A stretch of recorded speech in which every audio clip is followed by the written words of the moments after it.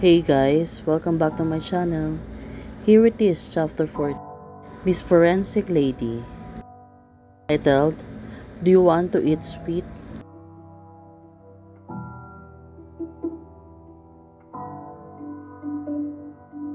Forensic Dr. Lin said something was wrong. She was surprised that Officer Song was on her back and staring at her. And now she was asking something is wrong. Officer Song remained calm. She was only looking at her. So, why did she come here? She's been asking, but Officer Song didn't reply to Dr. Lin. Right now, she only said, Well, that's a big question mark. Why she wait Dr. Lin and come here and don't say anything?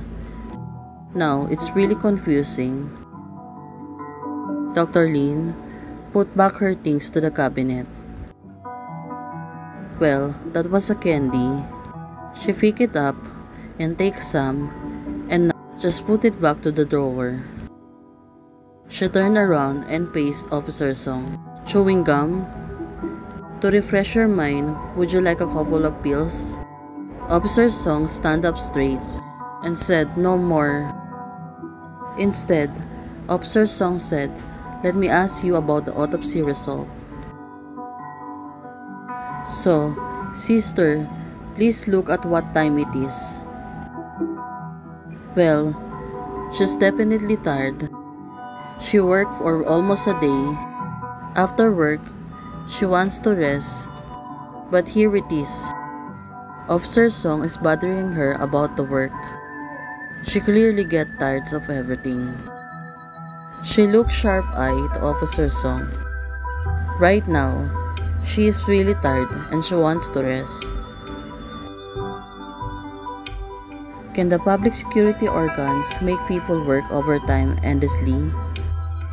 Now, she really looks pissed. Well, it's rest time and she got bothered by Officer Song. And now it was getting late. The corridor is being emptied. He's still on police station. They should go home first, take rest, and work on another day. This time, it's really tiring.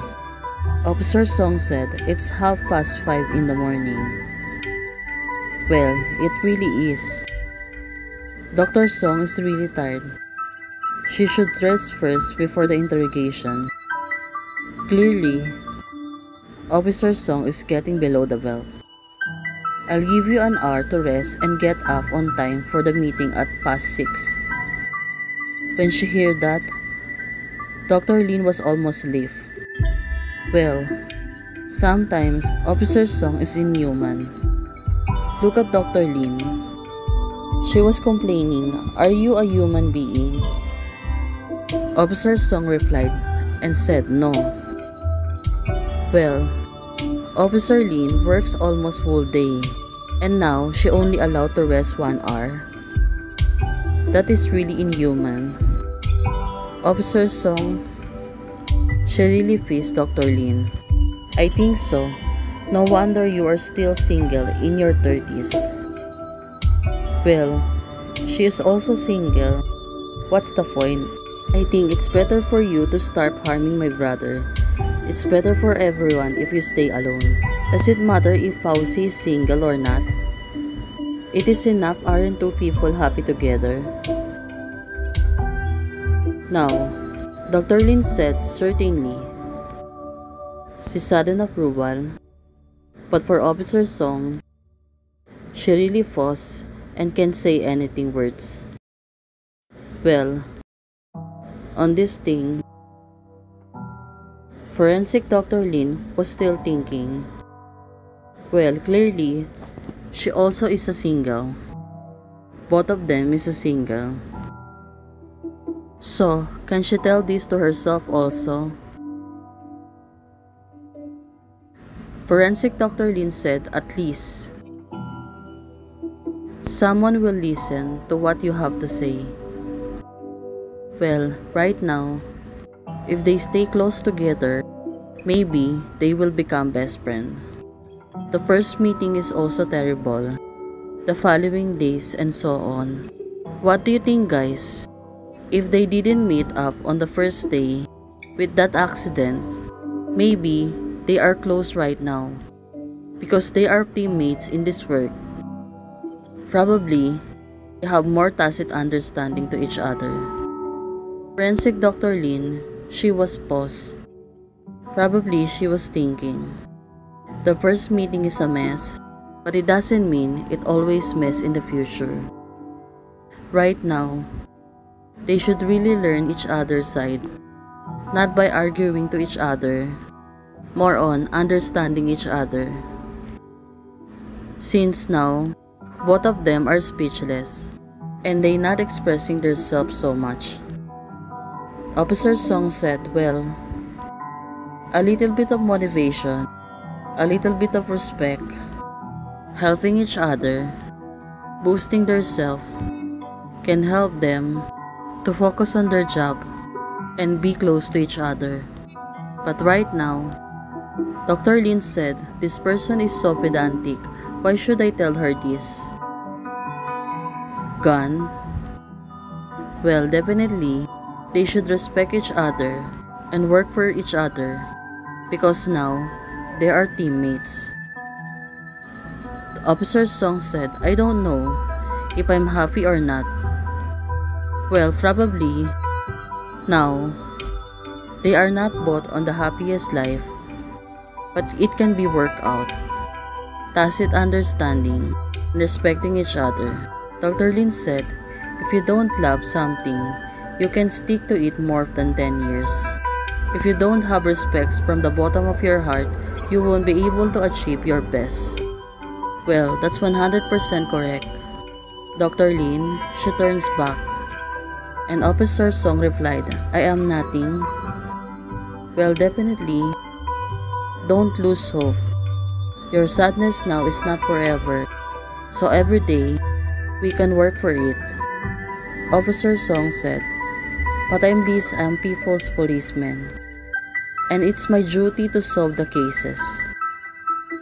Both of them are right. They have both valid excuses. Dr. Lin became paused. She's still quiet again. Probably she was thinking, well, not everyone is happy right now, but at least you need to try to leave it on.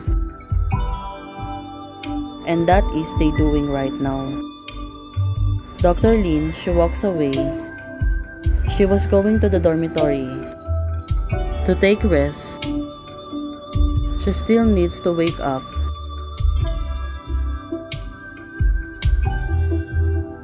Times pass by, and now it's going to turn 6 o'clock in the morning. She needs to rest a little bit so she have energy to work. Right now, she was passing through the corridor back to the dorm, taking some time.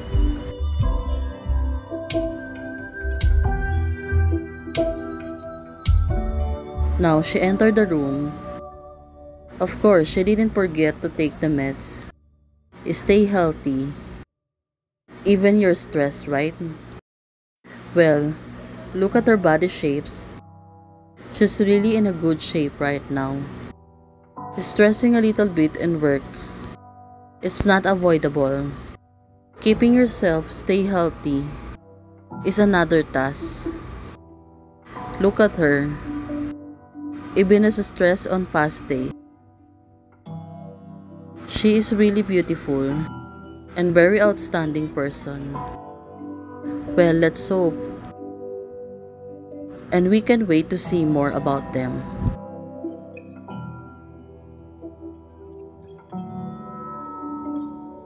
After taking a shower, taking medicines, now she takes the water and will go to rest now. Hey guys, thank you for watching. If you like the video, please don't forget to like, share, and subscribe. Bye!